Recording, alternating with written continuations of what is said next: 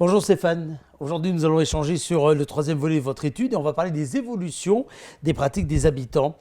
Est-ce qu'il y a eu un effet d'abord crise sanitaire sur ces habitudes de consommation et si oui, comment est-ce que vous pouvez à aujourd'hui déjà les mesurer? Bonjour Eric. Alors effectivement, c'est une étude qui a démarré en 2019. Donc ça veut dire qu'en réalité, on a fait en plusieurs phases. Première phase d'enquête fin 2019, téléphonie, plus de l'enquête via les réseaux sociaux. Et puis, il s'est avéré qu'il était nécessaire de mettre à jour ces données. Donc, deuxième phase d'enquête qui s'est faite à l'été 2020, après déconfinement, et sur lesquelles, effectivement, via les enquêtes digitales sur Internet, on a pu récupérer de l'information sur l'évolution des pratiques post-premier confinement. Ces enquêtes ont été réalisées sur bien clair sur la population landaise. Tout à fait. Et nous avons réalisé depuis la fin du premier confinement, dès le 15 mai, nous démarrions les premières enquêtes en France très ciblées géographiquement, avec un focus plus particulier qui a permis, sur un échantillon de près de 300 personnes, 300 ménages, d'avoir déjà une idée de quelles étaient les évolutions.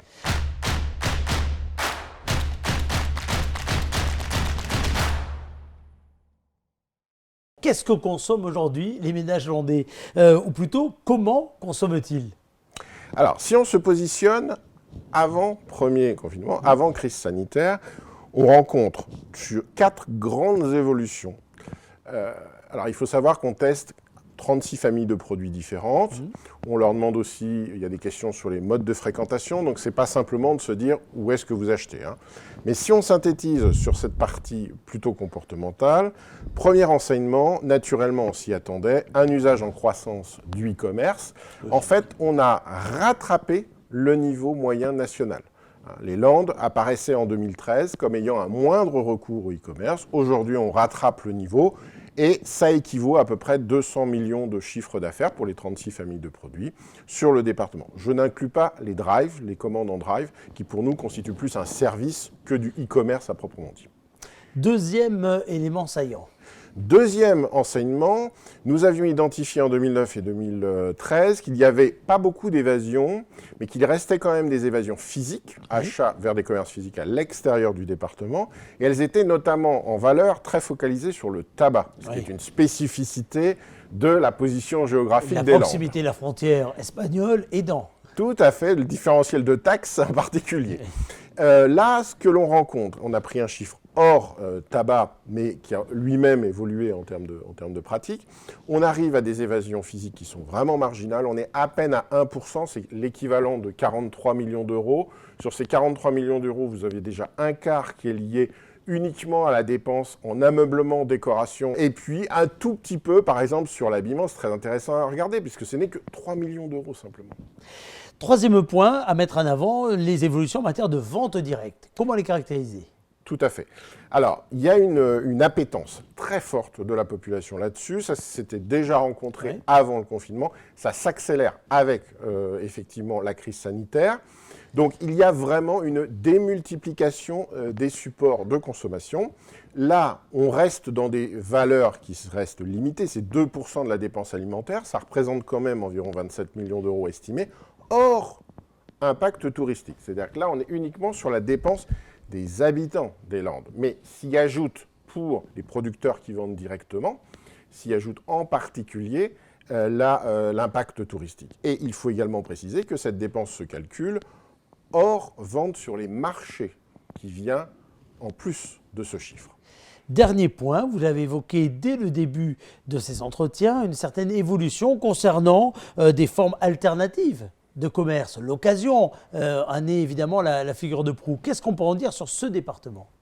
Alors sur ce département, on ne rencontre pas des chiffres aussi forts qu'on le rencontrerait par exemple sur l'Hérault, ou avec une population étudiante très très forte, par exemple autour de Montpellier, on a des très gros taux d'achat en occasion. Ceci étant, les Landes ont aussi beaucoup évolué en la matière, et on s'aperçoit que les dépenses justement vers des formes alternatives, elles évoluent très vite, et on les évaluait à environ 70 millions d'euros. Vous voyez que c'est plus que les évasions physiques qui sortent du département. Vous croyez à une évolution de cette forme de commerce dans les semaines, dans les mois, dans les années à venir? La grande question, c'est est-ce que finalement, c'est du commerce ou pas. Dedans, vous avez effectivement des gens qui vont faire appel à une application Internet. Dans ces registres-là, pour l'instant, il y a peu d'intervention d'un commerçant au sens strict du terme.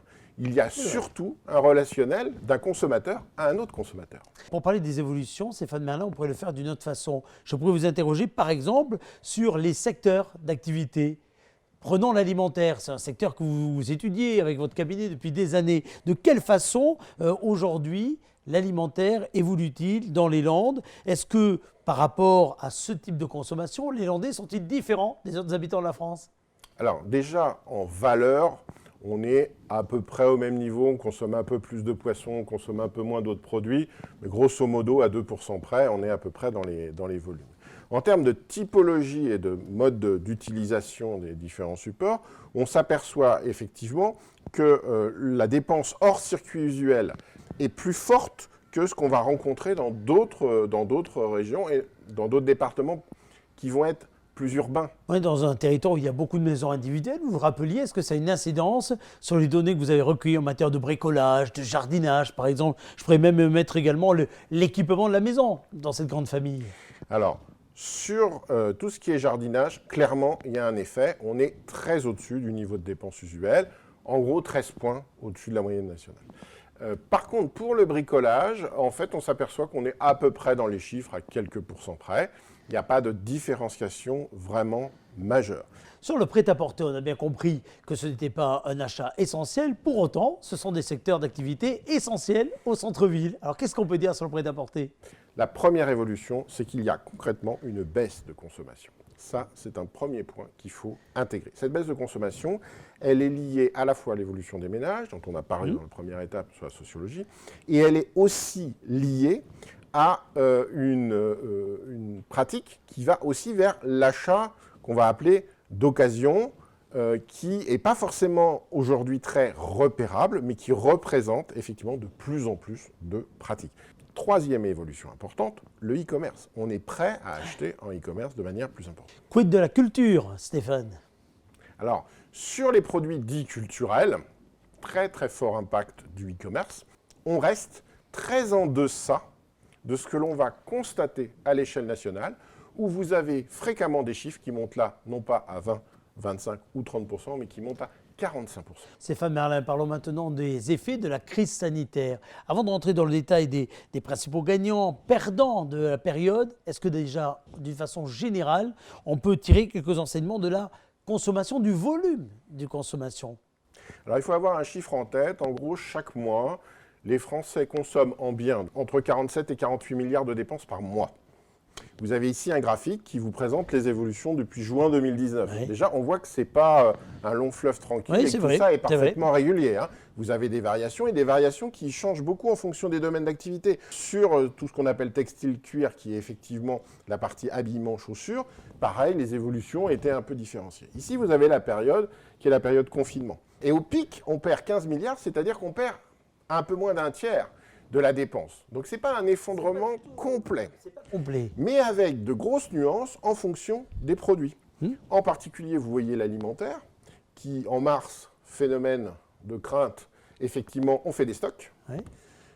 Avril, on continue à être plus fort. Pourquoi? Parce qu'il n'y a plus de consommation à l'extérieur du domicile. Donc, mécaniquement, j'ai mes 19% de dépenses extérieures au domicile en alimentaire qui ne se font plus. Donc, il faut bien aller les reporter sur de l'achat de produits bruts ou transformés, mais en tout cas pas en restaurant.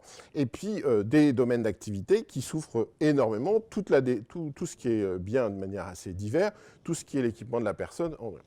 En mai, on déconfine. On voit qu'on perd encore 3,4 milliards. Rebond en juin, mais rebond pas pour tous les domaines d'activité. Très focalisé sur l'équipement du logement, en rattrapage. Un été très fort, un peu dans tous les domaines, notamment août. Et puis septembre, on commençait déjà à rebaisser. Et octobre, on n'a pas les chiffres pour l'instant, mais qui ne semblaient pas très très bons non plus. On n'a pas eu de rattrapage de ce qui a été effectivement perdu.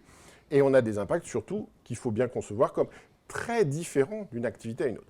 Qu'est-ce que durablement nous avons décidé de changer dans nos pratiques de consommation. Certains spécialistes disent qu'en gros, en 3 mois, on a une évolution équivalente à 8 ans d'évolution naturelle de comportement. Alors, il faut bien voir que déjà, on a fait des tests en juin, on était à 25% des ménages qui avaient repris leur niveau de consommation antérieur et leur pratique antérieure. En septembre, fin septembre, on était à peine à 50-55%. Dans les principaux gagnants, vous avez notamment toute la partie produits frais, qui se retrouvait d'ailleurs au niveau à la fois des indépendants et en même temps d'un certain nombre d'enseignes qui ont fait leur image là-dessus. Tout ce qui est la notion du bio et des produits bio, qui est un mouvement assez fort depuis des années et des années, mais là qui du coup connaît un coup d'accélérateur d'un coup. Et puis un troisième élément, parce que c'est vrai que les médias parlent toujours que d'Amazon. Amazon, il faut avoir en tête que c'est 22% du marché du e-commerce en France. Donc c'est loin d'être le seul acteur. Il y a énormément d'acteurs. Et ce que l'on a constaté, effectivement, à partir de chiffres qui ont été publiés assez largement, c'est que sur le premier semestre, les grands gagnants sont les sites de e-commerce très spécialisés pour le non-alimentaire, dont le bricolage, dont l'électroménager, dont l'habillement, dont les produits reconditionnés, ou des offres très très spécifiques. Vous avez parlé d'évolution, d'accélération, mais ça veut dire qu'on ne reviendra pas au monde d'avant. Non, clairement, il ne faut pas attendre à ce que le comportement soit peu ou prou celui qui existait fin 2019. Et surtout, il faut bien intégrer que dans les années à venir, on risque d'avoir des évolutions, mais aussi des ruptures en réalité. Et des ruptures qui peuvent être assez violentes sur, effectivement, on ne va plus consommer de telle ou telle manière tout d'un coup. C'est en gros 15% des ménages qui sont en rupture totale et qui, effectivement, non seulement ne reviendront pas à leur mode de consommation d'avant, mais ne reconsommeront jamais autant qu'avant. Stéphane, dans les Landes, vous êtes sûr qu'on ne rattrapera pas les achats qui n'ont pas été effectués pendant le confinement ? Alors justement, c'est l'intérêt des enquêtes post-confinement. Ici, effectivement, vous voyez en fonction des familles de produits les intentions de rattrapage ou non. Et vous voyez en particulier sur l'habillement, on voit sur la partie rouge des achats qui ne sont pas rattrapés, des rattrapages partiels uniquement sur la partie jaune, vous voyez. Et vous voyez également sur la chaussure, on est dans les mêmes registres. La cosmétique, en plus avec une baisse compte tenu de l'apport du masque. Et puis également sur le registre décoration, enfin tout ce qui est non alimentaire, on voit bien qu'il y a des nuances, mais sur l'habillement en particulier, pas de rattrapage significatif en tout cas. Et sur les effets dont vous parliez tout à l'heure, de nos pratiques pendant le confinement, et puis qu'est-ce qui va en rester vraiment ? Est-ce qu'il y a une vraie différence entre ce que les études ont montré dans les Landes versus ce qu'on nous dit un peu partout pour l'ensemble des consommateurs français ? Alors on nous dit en France accélération de la dépense sur Internet, et on voit effectivement une accélération de la dépense sur Internet que l'on retrouve sur ce schéma, mais également de l'achat d'occasion, mine de rien, que j'évoquais déjà tout à l'heure, et un petit peu du commerce de proximité. Par contre, le commerce de centre-ville, lui, vous voyez, est beaucoup moins marqué par cette évolution, et encore plus les hypermarchés ou les grandes surfaces, sur lesquels, pour l'instant, il y a un certain repli des consommateurs. Ce repli, on le retrouve effectivement avec une emprise en accentuation très forte sur l'Internet, notamment sur l'habillement qu'on revoyait tout à l'heure ou les chaussures, accentuation très forte des dépenses par rapport au début de l'année ou à la fin de l'année 2019, de manière très très claire, et modification aussi de la pratique de restauration à court terme, avant même qu'on parle de reconfinement. On voit que les gens n'étaient pas dans un état d'esprit de revenir vers la restauration et les bars tout de suite. Donc les péripéties que l'on a connues depuis les vacances ont accentué forcément ce phénomène pour arriver au reconfinement. On peut imaginer que sans distanciation physique nécessaire, ce point-là évolue. Pour autant, la partie liée à l'e-commerce, la partie liée au transfert finalement de pratiques, vous dites que durablement, ça devrait rester. Oui, on est ici sur un rebond possible sur tout ce qui va toucher à la restauration. Après, on rejoint des problématiques par rapport à l'usage e-commerce, qui va être la question de quels peuvent être les ressorts d'un centre-ville. Qu'est-ce qui va attirer sur un centre-ville ? J'ai expliqué dans une des autres présentations qu'on avait 3 appuis fondamentaux. L'alimentaire, l'équipement de la personne et la restauration. Mais on voit bien qu'il y a un des appuis qui est fortement fragilisé, qui est l'équipement de la personne. On voit bien aussi qu'en réalité, l'avenir des centres-villes, il n'est pas lié que à la fonction commerciale, il est aussi lié à ce qui se passe dans le centre-ville, c'est-à-dire quelles sont les fonctions d'emploi, quelles sont les fonctions d'équipement, de service, et quelle est aussi la fonction événementielle, de loisirs.